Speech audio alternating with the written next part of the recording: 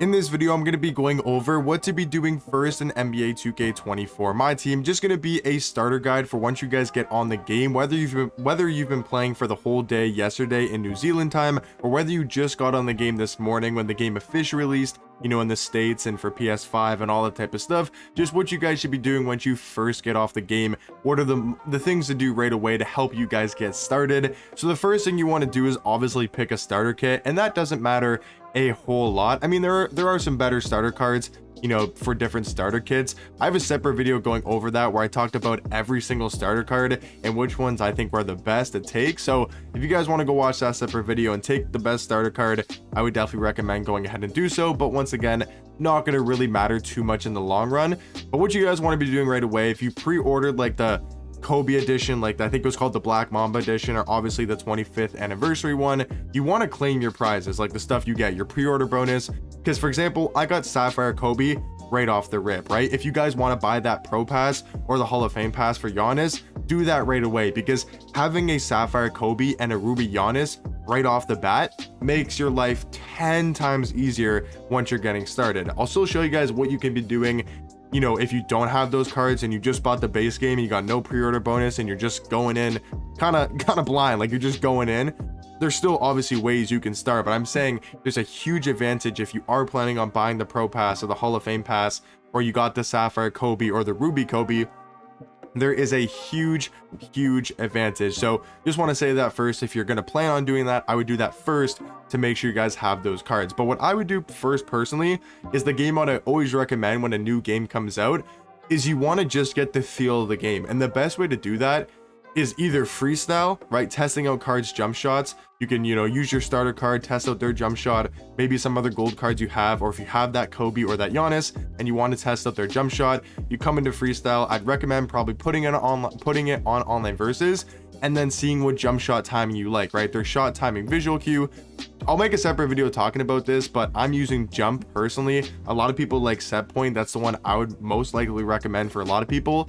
I'm currently using jump, but the thing I always recommend when we're playing a new game, whether it's 2K23, 2K24, the best way to start off and what you guys should be doing first, at least that I would recommend, you guys can do it however you want to, but what I would recommend is always T2 offline. I know it's not the most exciting game mode in the world. It's not the best prizes or the craziest prizes to start off with, but it's going to get you comfortable with the dribbling, with the defense, the movement, the three-point shooting. It's just going to get you comfortable timing players' jump shots, right? It's on semi-pro difficulty for the first, I think, 5 games or couple games. So it's really easy to do, get your foot in the door. So not necessarily is this the best game mode to be grinding first right off the rip, but I think it's a great starting point for any new My Team player. That's the first game mode I played for a decent amount.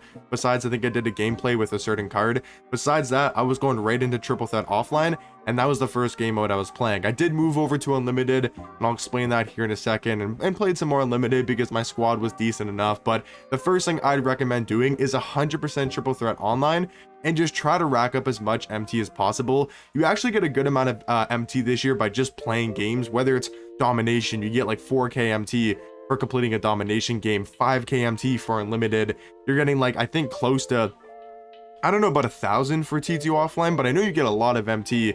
Like I think clutch time offline is close to 1,000. The triple threat modes might be like 500 or 600 MT, but then along with the prizes, right? Like once you get to 10 wins, or, you know, the badge pack is nice. You can't sell for MT, but it is nice that you can get some badges. But once you play like 5 to 10 games, you're maybe at 5,000 MT. Maybe try to get to like 5 to 10 KMT. And what I would do is I would go over to the player market and try to look for some really good, you know, budget options. I'll probably make a separate video either when the day you guys are watching it or the next day, going over like the best budget beast in the game. The main one I will recommend though is going to be Kristaps Porzingis. When the game first came out, he was literally glitched where he was like the fastest card on the game. It was absolutely ridiculous. I'll just show you guys him in my collection here, and they did patch him in the sense that they made him like a lot slower because, wait, where is Kristaps? Because I got him in a, wait, hold on. I have Kristaps. Is he on, oh, he's on the Celtics. Sorry, I keep thinking Kristaps is on the Wizards. I forgot he obviously got traded. So yeah, if I go back to the player market here, we can scroll down to the Celtics. and then I'll quickly show you guys you know, what Kristaps look like. So yeah, Kristaps I think is really good. I do already have him. I believe it's 5,000 MT for an emerald card though, and he's 7'3" at center. He's got a really good jump shot, 72 3 ball. Yes, his speed is super low, only out of 25. He's not fast, but it's a really nice card to have for T2 offline, and even for like clutch time offline, because that's what I would do to start off with, is mainly focus on the single player modes, and I wouldn't really go into domination until you have like a 6 to 8 man rotation that you're comfortable with. Then I would go into domination, because playing this on, I think it's all-star, right, or superstar difficulty actually, for 3 stars can be very difficult when you only got gold and maybe a couple emerald cards. So I would say you want to mainly focus on clutch time and triple threat. And what I'd recommend doing to get some decent cards right away is actually going to your legendary path, going over to the lifetime agendas and the season agendas. This is going to be your best friend, probably the season agendas, the lifetime, and the legendary path ones. Because, for example, very simple, in the legendary path for Damian Lillard, once you complete it, you get 2,000 MT, but the cards you actually get are pretty good. You get Mike Miller here, make 21 3-pointers with Heat players over multiple triple threat online or co-op games. Could be a little bit difficult because you got to go into the online mode, but still, if you can get this Mike Miller card, he's a really good starting Sapphire, great jump shot, really good 3-point shooter, and he's decently tall. So for a shooting guard, I think he's a great card. You got Robert Pack, who's not a bad point guard. You can do him also, you know, combined in the T2 online games, using 10 assists with Nuggets players over multiple multiplayer games. You got score 20 points in the paint with centers over multiple clutch time offline games. Super easy to do for a Emerald Bryant Reeves. And once again, it's not going to be crazy overpowered cards at the start. You just want to kind of build a team and get, you know, your way moving up. I mean, this Keith Van Horn really isn't that great, but if you want to go for him, you definitely can. So make sure you guys are grinding for these cards. Get your 2,000 MT. Get some 4 decent cards. Mike Miller's really good, Robert Pack's really good, and they're going to be great starter cards to have. And then the next thing I'd be focusing on while doing that is these 2K day challenges, right? So you got part 1 right here, very easy to complete, win 2 games in a row, earn 3 domination stars, and then win a triple threat offline or online game with 3 gold players. If you can knock that out, you're going to get a free gold card, right? But then you go down to here and you do the win by 20, the graded gold double and the gold win streak. Now you get a chance at you get a emerald card for free, right? Completely free.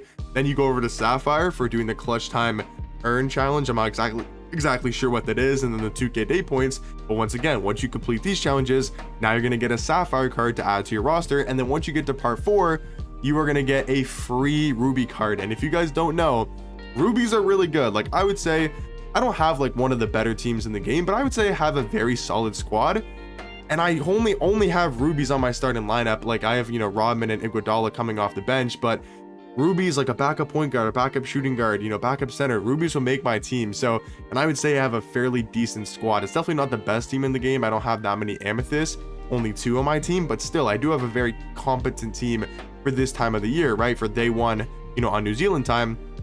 So getting yourself that free Ruby is actually going to be really, really helpful. You also get that Sapphire and Emerald card along the way. So make sure you guys are grinding these 2K day part challenges. Don't have to knock them out like instantly. It's going to take some time to do so, but that's something I'd be focusing on while you're playing those offline challenges. And as you guys can see, like, this is how much MT I've earned just by playing the game. Like 23,000 MT from Unlimited is amazing. It would take you like 23 games just to do that, and I've only played 7 Unlimited games. So you make a lot more MT by just playing the games. That's also a tip if you want to just earn MT. I know it sounds, it's literally just play the game, because all of some other MT methods that or just best game modes to play for MT, there are some definitely modes that are better for MT, some that are worse, and there's also a couple other things you can do to make some MT in the game. Not really that many ways, but you do get rewarded. I will say you get rewarded for just playing the game. So if you like that, you like grinding the game, just make sure you're playing those single player challenges. I like to start off with T2 offline and clutch time offline, just get my foot in the door, get used to the mode, and then once you get comfortable and you have like a solid 5-man rotation, then that's when I'd hop into clutch time online. That would be my next go-to. Get into the clutch time mode, you get some decent prizes, you get a lot of MT, you can work towards a Bruce Bowen and some other decent prizes that are along the way. So for me personally, that would be the next game mode I would go into. And then probably salary cap, because I will make a separate video going over this, but salary cap is really good for MT. It's about a 15 to 20 minute game because it's shorter than an unlimited game, but you make 4,000 MT every single game. So salary cap is really good for making MT. So that'd be like the second online game mode I'd be focusing on. And then you probably want to start going into domination once you get that, like I said, 6 to 8 man rotation that you feel comfortable with. Then that's when I go into domination, because you can earn more starter cards. You can make 5,000 MT per game if you play on superstar difficulty and you get the 3 stars by winning by more than 15 points. You're gonna get 5,000 MT per game. So this division alone gets you 25k, and then you add on that 2,500, you're looking at 27,500 MT for just 5 domination games. I know they're long, I know they're boring, but that's not bad. That's really not that bad. And then that's when you start accumulating MT. You get to 30, you get to 40k MT. That's when you can head over to the player market and you can start to maybe look for some better cards to actually pick up and improve your team, whether that's a Sapphire Giannis, right? If you're not getting the Ruby one, whether that's a Sapphire LeBron or a Sapphire AD. Like I said, I'll make separate videos going over, you know, the best cards to be buying right away.